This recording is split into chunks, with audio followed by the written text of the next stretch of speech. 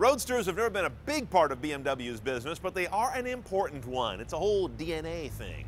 Let's see how strong the family chromosomes are doing in this top-of-the-stack 2013 Z4 sDrive35is. And check the tech.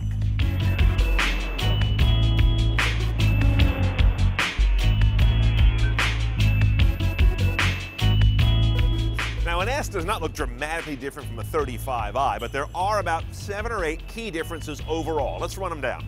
It's about 12% more powerful. Comes with a DCT gearbox only.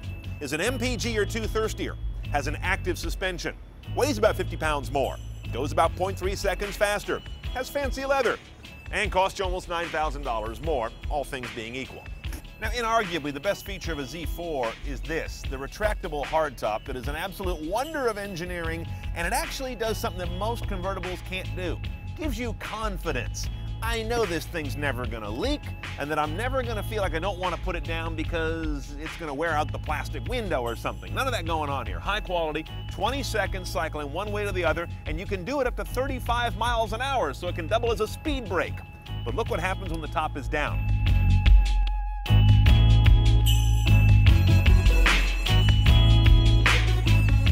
I'm going to take a minute here to gripe about something. I'm sick and tired of the organic era in interior design. What are these shapes of this dash? Sure, it's beautifully done in materials, but what is this weird silver sort of waxed mustache shape? And then you got this odd organic shape here and this slight tilt here, and I miss symmetry. Am I the only one? Now let's get to the technology. Hit the iDrive button and peeky-boo, here comes your little friend. A large, though not BMW's largest, LCD screen. I'm glad they have it powerable down and up like that, because when you do park the car with the top down, you don't want to leave that up. I don't know why, you just don't.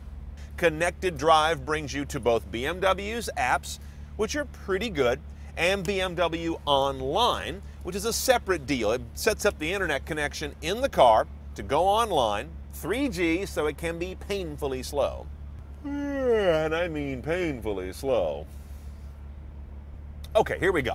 News, weather, online search to me is the most interesting. I don't care about my stock quotes while I'm driving. And anyone who really is serious about money sure as hell doesn't get their information here. The online search lets you do a Google search and get results that are very much sort of oriented toward location. And by the way, BMW is one of the last car makers that lets you actually do things while the car is moving. You can run this guy while driving. It's not something you got to pull over for, which may be controversial, but at least it gives you the choice. The main stuff you need in terms of media sources is all here, but that doesn't mean everything. Radio is put into one area with AM, FM. Satellite is optional. The car has satellite prep only. Under the hoary old title of CD multimedia, you've got your iPod. I'm doing that through USB down here. My phone is paired up for streaming. That is included as part of the Bluetooth package. You got an aux jack over here, and with Apple devices, you can do a plug-in echo to the screen, which almost nobody uses. And a key thing that we rarely see in these test cars, but this cradle here, you see it's generic right now. That could be an iPhone or a BlackBerry cradle. If you have that and you dock your phone, you're charging off of power in the car and you're connected to an external antenna on the vehicle. You're still doing Bluetooth for the actual communication and streaming, but that is a really cool option for very little money. Now, even loaded up with our tech package, look what happens when I go to reverse. Nothing.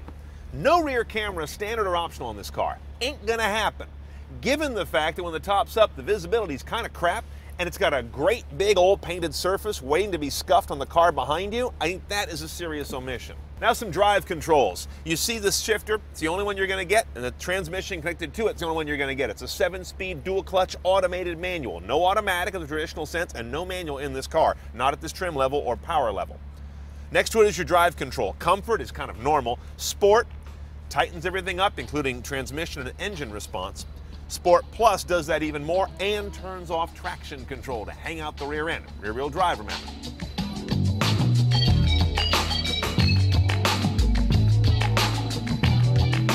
I gotta say, for a little car, it's got the biggest hood in show business. It's because they moved the cut lines for the hood from the top along the fenders to the outside of the fenders. It gives it this great big expanse. When it opens up, it's really spacious. Be careful of these.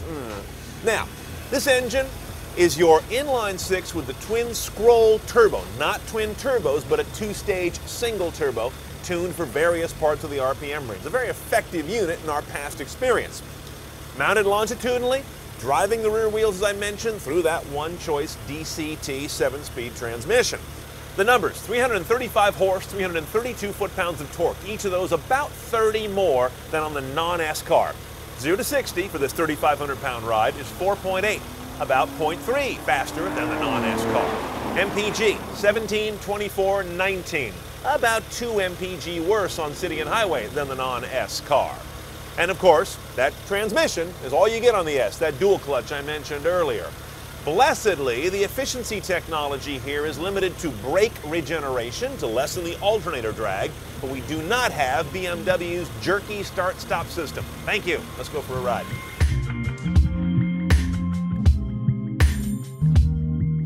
First of all, this car's got a great exhaust note. You're going to spend a lot of time listening to that and playing it with the accelerator pedal. When you open it up, this car is a tremendously responsive ride. When you're just driving in everyday traffic, it feels a little more flat-footed than the I model with just a basic ZF automatic. It's a great automatic. Makes me think the 35i is the better overall car, and I'm not sure I need the extra 12% horsepower and torque. The car's fast, but I think the margin of this over a 35i is a degree of frenetic, not real ability. That said, it is fun when you tap into everything it's got. I was also very pleased how moving the shifter from the traditional drive mode over to sport mode transforms the car in one click, not having to fiddle with a bunch of profiles and nonsense, or even having to get on the paddles. And as with any Z4, don't go out of the house with your hair sticking up, because you're going to get a lot of looks in this car.